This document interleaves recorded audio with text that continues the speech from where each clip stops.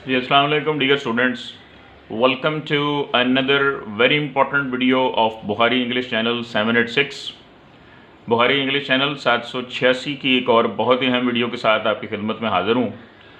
Students, आज मैं आपको एक बहुत ही अहम Russian drama the cherry orchard by Anton Chekhov के इम्पॉर्टेंट क्वेश्चंस बताने जा रहा हूँ। ये ड्रामा जो है रशियन लिटरेचर में बहुत ही ज़्यादा अहमियत का हामिल है और एंटन चेखोव साहब का जो मुकाम है, जो स्टेटस है, वो इतना ज़्यादा है, आप इसका अंदाज़ा इस बात से लगा सकते हैं कि इनका मुआजना the great English dramatist, the giant of English dramatist Shakespeare के साथ किया जाता है कि जनाब ये शेक्सपियर के लेवल का ड्रामाटिस्ट है। तो इससे आप एंटन चेखोव साहब की अहमियत का अंदाज़ा लगा सकते हैं।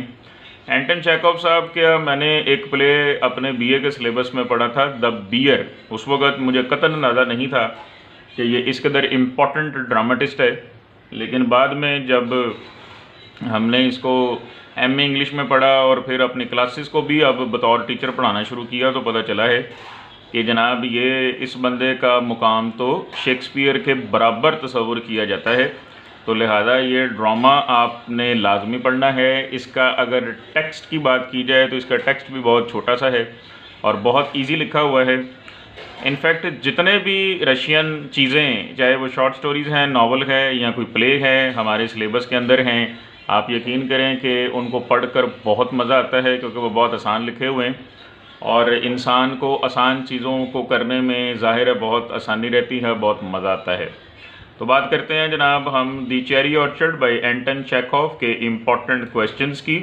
तो डियर स्टूडेंट्स, क्वेश्चंस मैंने इसके बहुत ही समझ लें आप लोगों के लिए शॉर्ट लिस्ट किए हैं, लेकिन अगर आप इस शॉर्ट लिस्ट को भी इग्नोर कर देते हैं तो फिर समझ लें कि आपका ये पूरा प्ले रह गया।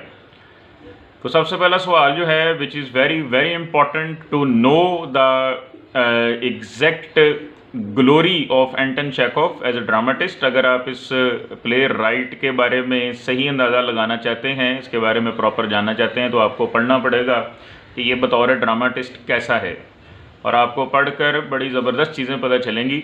दूसरा सवाल जो बड़ा इंपॉर्टेंट है, the cherry orchard as a tragicomedy. Cherry orchard जो है बतौर ट्रेजाई कॉमेडी कि कुछ लोगों का दावा है कि ये एक ट्रेजेडी है, बल्कि मेजॉरिटी का दावा है कि ये एक ट्रेजेडी है, लेकिन एंटन चेखोव साहब का कहना था बजाते खुद कि ये कॉमेडी है और कॉमेडी में भी वो बड़ी घटिया टाइप के बारे में कहते हैं कि ये एक फ़ार्स है।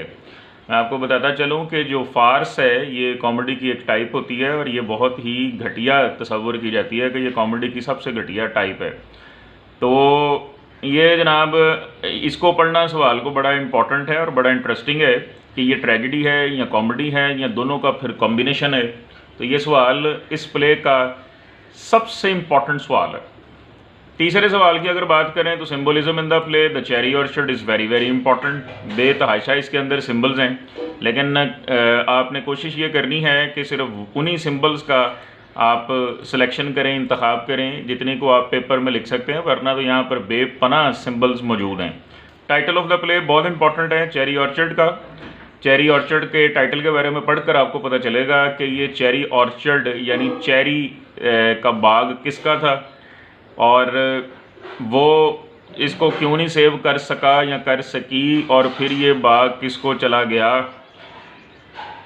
और वो बड़े इंटरेस्टिंग किस्म के ये हैं और ये क्लास कन्फ्लिक्ट वगैरह को बहुत ज़बरदस्त तरीके से पेश करता है।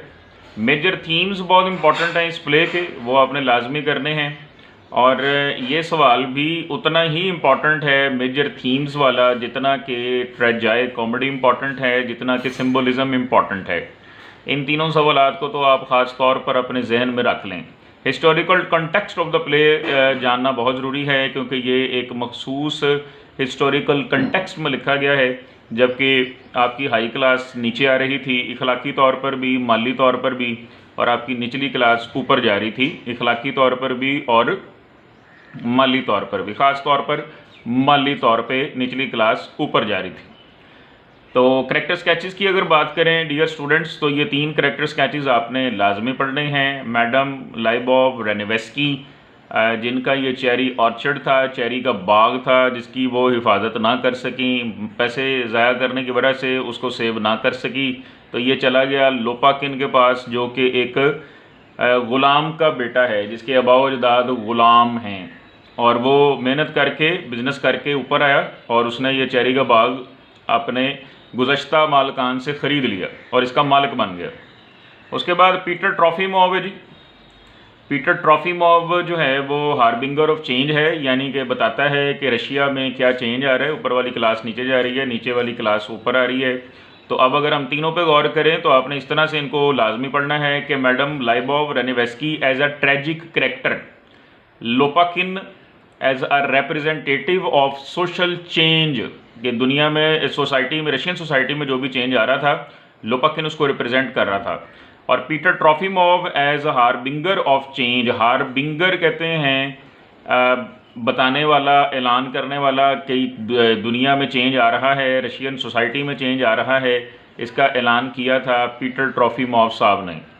तो ये जनाब इसके तमाम इम्पॉर्टेंट सवालात हैं। आपने ये तीनों करैक्टर स्केचेस और ये तमाम सवालात लाजमी करने हैं। उम्मीद करता हूँ कि ये वीडियो आपको द चेरी ऑर्चर्ड की तैयारी में बहुत हेल्पफुल साबित होगी। इंशाल्लाह मिलते हैं नेक्स्ट वीडियो में, तब तक के लिए अल्लाह हाफिज़।